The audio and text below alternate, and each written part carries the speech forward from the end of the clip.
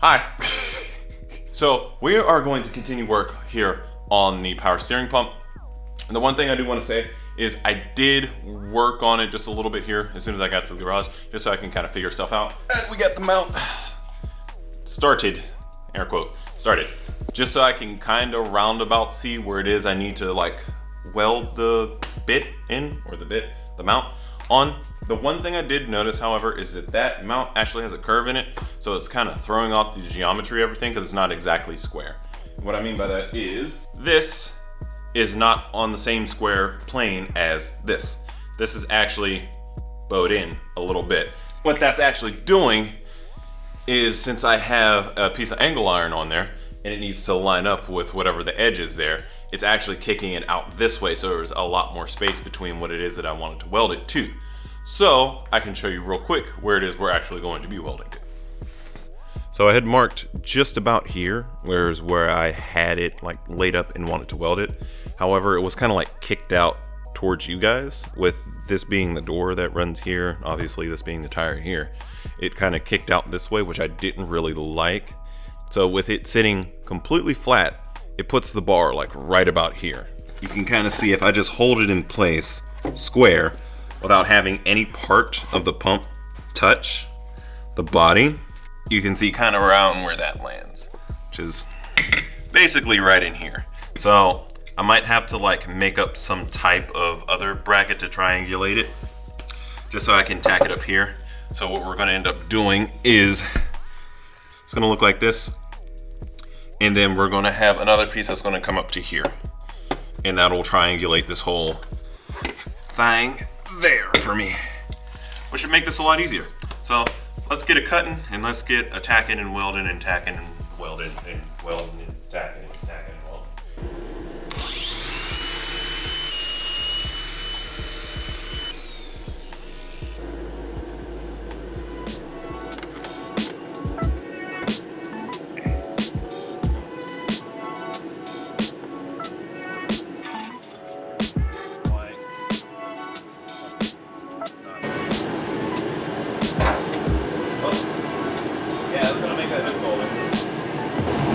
It is 110% going to cause an issue. So we'll just recut that later. Figure that part out. We'll just do all the reinforcement behind that bolt. And we're going to do 2 1/4.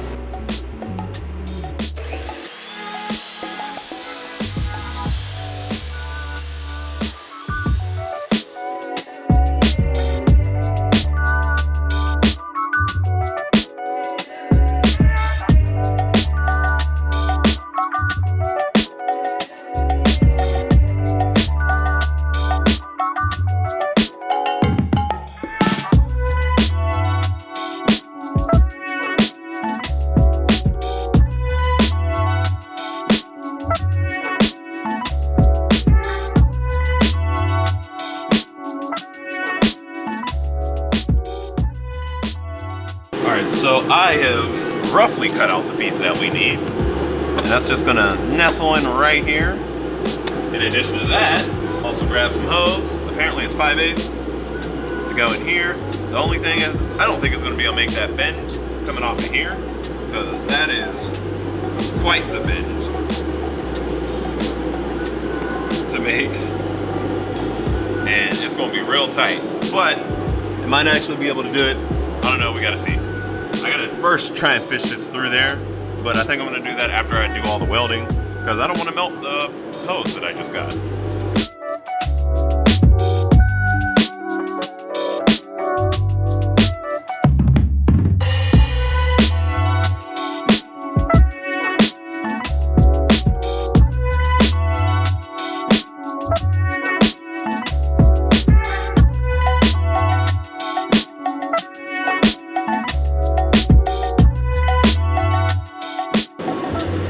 That feels sturdy. All right, let's remove the support and see what we got. So that's how we're sitting without the support. As you can see, it is in fact a problem. And that is the part that has the bolt sticking out. So we're definitely gonna have to cut that off and see how we fare from there. Actually, believe it or not, this whole thing doesn't even fit in here. It just barely doesn't fit. So we're going to make it fit. All right, so it's been a while. Technically a couple days, but granted I haven't been working on this for a couple days. That being said, I did get the hose we need to run to the feed. Well, not the feed, but the remote reservoir. It is 5/8. I did redesign the mounts just a little bit, and I went ahead and I welded one of the pieces up. Not my best weld, but hey, it is what it is. And essentially, the other thing that I did is I took this mount here, I cut it up, changed the angle on that, because if you remember, it came straight out and it was like sitting out here. So we went ahead, we chopped that off, we laid it inward so that I could have it mounted like this from the top. Now it's gonna sit like that, and instead of having a bar coming out, there's gonna be a bar coming down from this frame rail here, like that, instead of going across and holding it there. So the stresses are a lot easier on my welds, which aren't probably gonna be the best to begin with. But the good thing is this isn't gonna be torquing a lot. It's just, honestly, it just needs to hold the weight here and keep it there. On the second mount, it's gonna just weld there, and this part bolts on there, and it'll hold it up like that. So everything will be suspended the way that it is, not touching here at all. Wire goes through there, comes out through the engine bay. It's gonna follow the same path as the O2 sensor around the back, straight to the battery. That's gonna make wiring a lot easier. The only thing that we're gonna have to maybe run into the car is going to be the key on or the ignition. Let's go ahead and actually get this mounted up, because we do need to do just a little bit of welding here, because we need to weld the one mount here and then the other one right there. I'm gonna tack them in place just to get them right. Then we're gonna pull this. We're gonna weld that one in first, and then we'll weld this one on and make my life a little bit easier.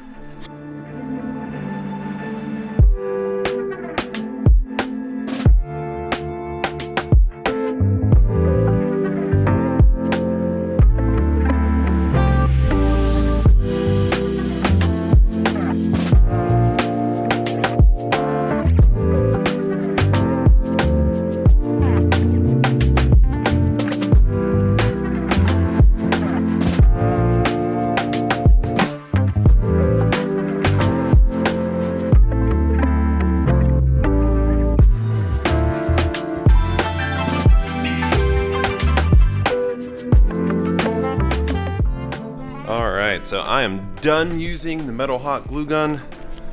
We do have a hole here. That's the only hole that we have though, luckily.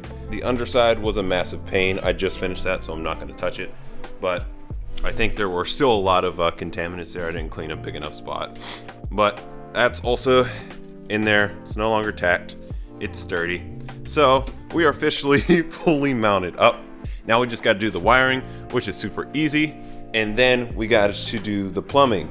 The plumbing, we got to jack the car up because we got to get to the rack.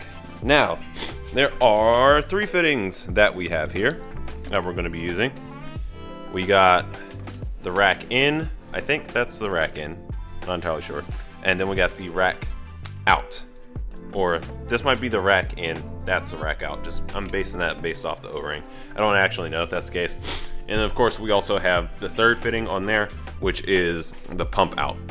Now, like I said in a previous video, we are going to be just doing a regular rubber hose back into the pump, so we don't actually have an AN line that we're going to be plumbing into that. And we're coming off of the rack to a 3/8 barb is what we're going to be using to go back into the pump for our return. So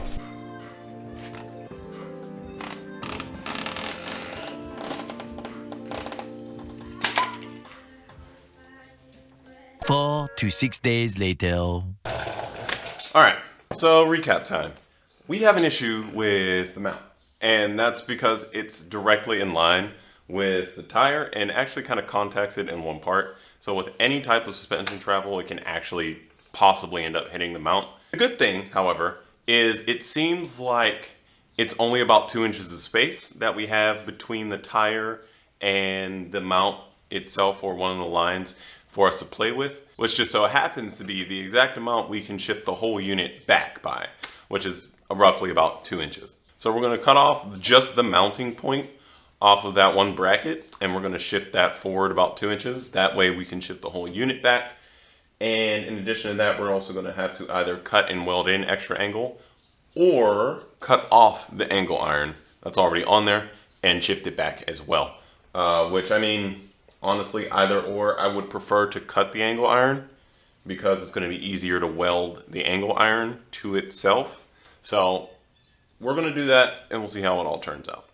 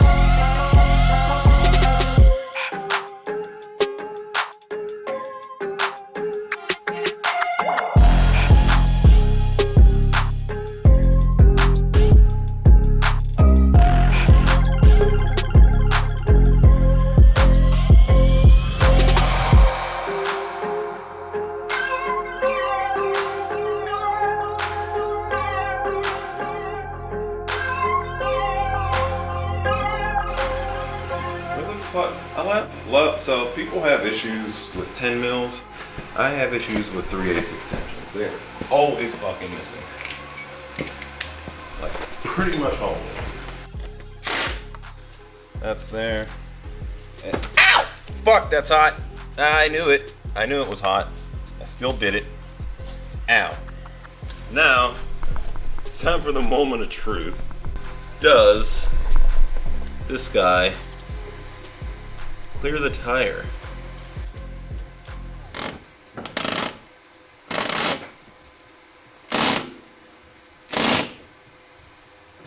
Hey, come on.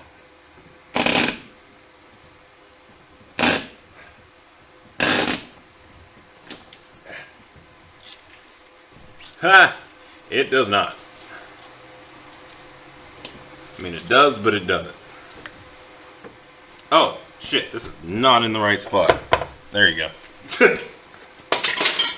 It does, look at that. Clears it entirely.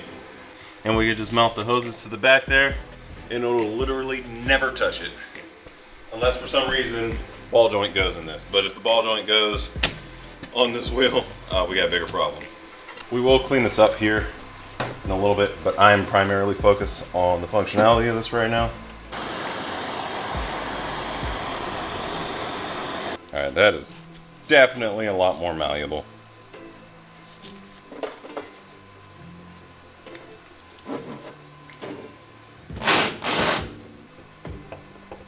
I'd have to widen this hole a little bit just so it can go in with less issue. Have to be like this. I don't know. But I do know we need to make the hoses. So let's go ahead and get to that. But first, let's do the wiring. Ooh, we might have to go with a different adapter. Well, that's gone.